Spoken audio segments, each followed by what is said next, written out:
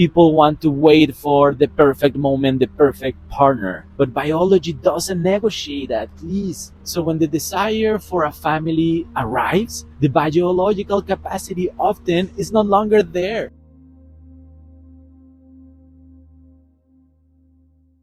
Hello, we are here in the cold Mexico City weather. It is chilly, obviously not compared to Canada or the US, but it's chilly. Today I want to talk to you about today's marriage, like the luxury, the mindset, how the economics, the infertility, and the modern dating are rewriting the future of the family. And the future of the family always have in mind the purpose of conscious creation, that it's the nucleus of the society, okay? The family is the nucleus of the society, and that's why all these topics on the fertility ecosystem, unfortunately, marriage, it's one of the things that right now becomes like a luxury. Something fundamental breaks in society, and the ability to build a family in today's world, it's complicated. After what is happening and what infertility connects with behavioral economics and how the technology is shaping the next 50 years of human reproduction.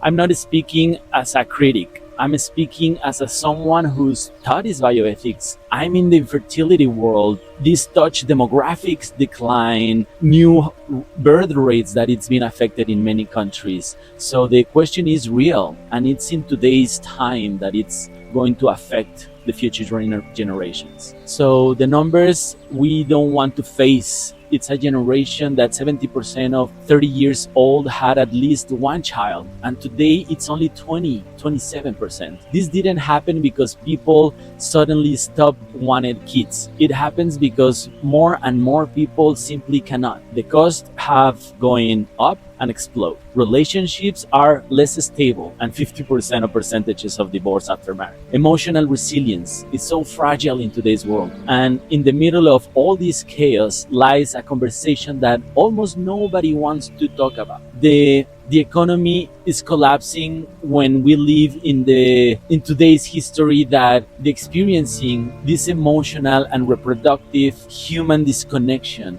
that, accordingly to the experts, it's really complicated and have never seen. There is an uncomfortable truth at intersection of economic and biology. Men tend to choose partners socioeconomically equal or down. Women tend to choose equal or up. And this is not to blame or to have some judgment to anyone. This is the risk aversion, evolutionary strategy, and behavioral economics. Because women who assume the greater reproductive cost naturally seeks stability. Men historically sought youth and fertility because these were the biological indicators of reproductive potentials. Today, these dynamics are amplified by rising education costs, economic instability, global competition, dating apps, and dating apps are functioning like high-pressure marketplace, delaying parenthood and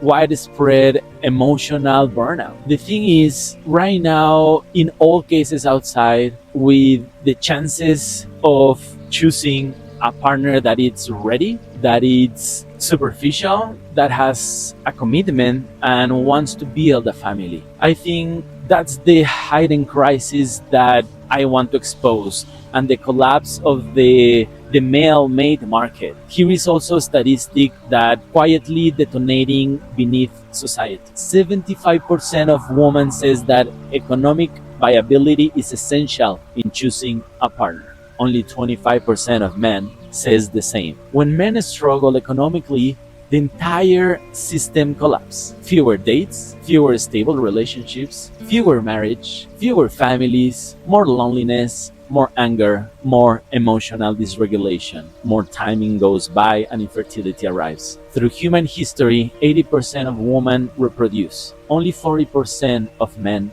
did. Biology has always been hard on men, and today that gap is widening dramatically. We are entering a world where millions of men don't feel selectable and millions of women don't feel safe, lowering their standards. This is a recipe for a dramatic demographic implosion. The modern excuse is not the right time. Meanwhile, a biological reality emerged. Infertility is exploding.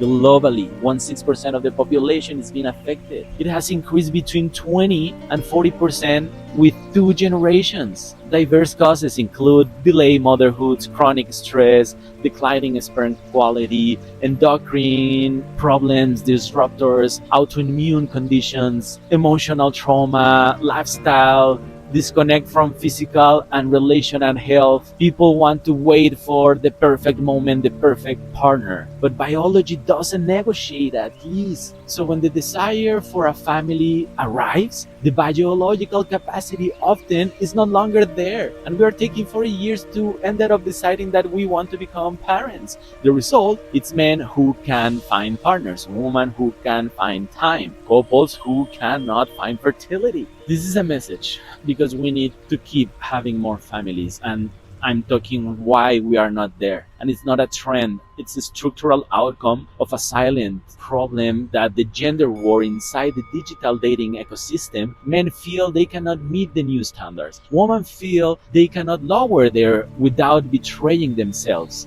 And relationships become transactional. Dating apps resemble financial markets with emotional volatility. The outcome, single fathers by reproductive choice, as my patients right now that we are having, and single mothers by reproductive choice. Not couples, not families, no nucleus of the society. Couples forming late and needing medical support, and rising global reliance on assisted reproductive technologies, reproductive medicine. It's no longer a luxury. It has become a demographic survival tool. And in the reproductive ecosystem, Mexico is leading. And that's why these patterns are not something in the imagination. They are being analyzed by, for example, Scott Galloway and Richard Reeves, author of Boys and Men, and Anna Machine from Oxford anthropologist Paul Dolan, behavioral economics, and happiness experts like Nicholas Everlast. The demographic and the population decline.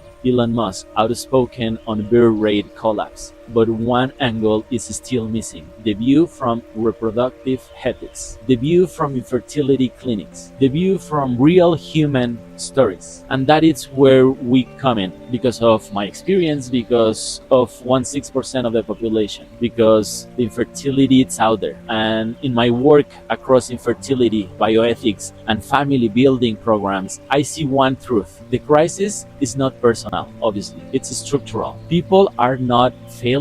The ecosystem is failing to them. Most individuals don't lack desire for family. They lack a compatible partner, emotional stability, economical and financial stability, biological time on time, or a proper guidance. And when they finally seek for help and start knocking doors, they arrive exhausted, ashamed, late. Society has taught us how to study, travel, earn money, but it never taught us how to consciously build a family. That's why they call for a conscious parenthood, our vision, our community. If marriage is not a luxury item, then reproduction has become a race against time. Misinformation and emotional instability, the answer is not nostalgia, not polarization, not blaming men versus women in the gender war. The real answer is education, consciousness, and modern reproductive support. We need a new framework, one that blends science, ethics, economics, mental health, and human connection. A framework where people can say, I want a family. I want my mini-me to love. I want a future. And I deserve the tools to make it possible that I've been working for. Because at the end of the day,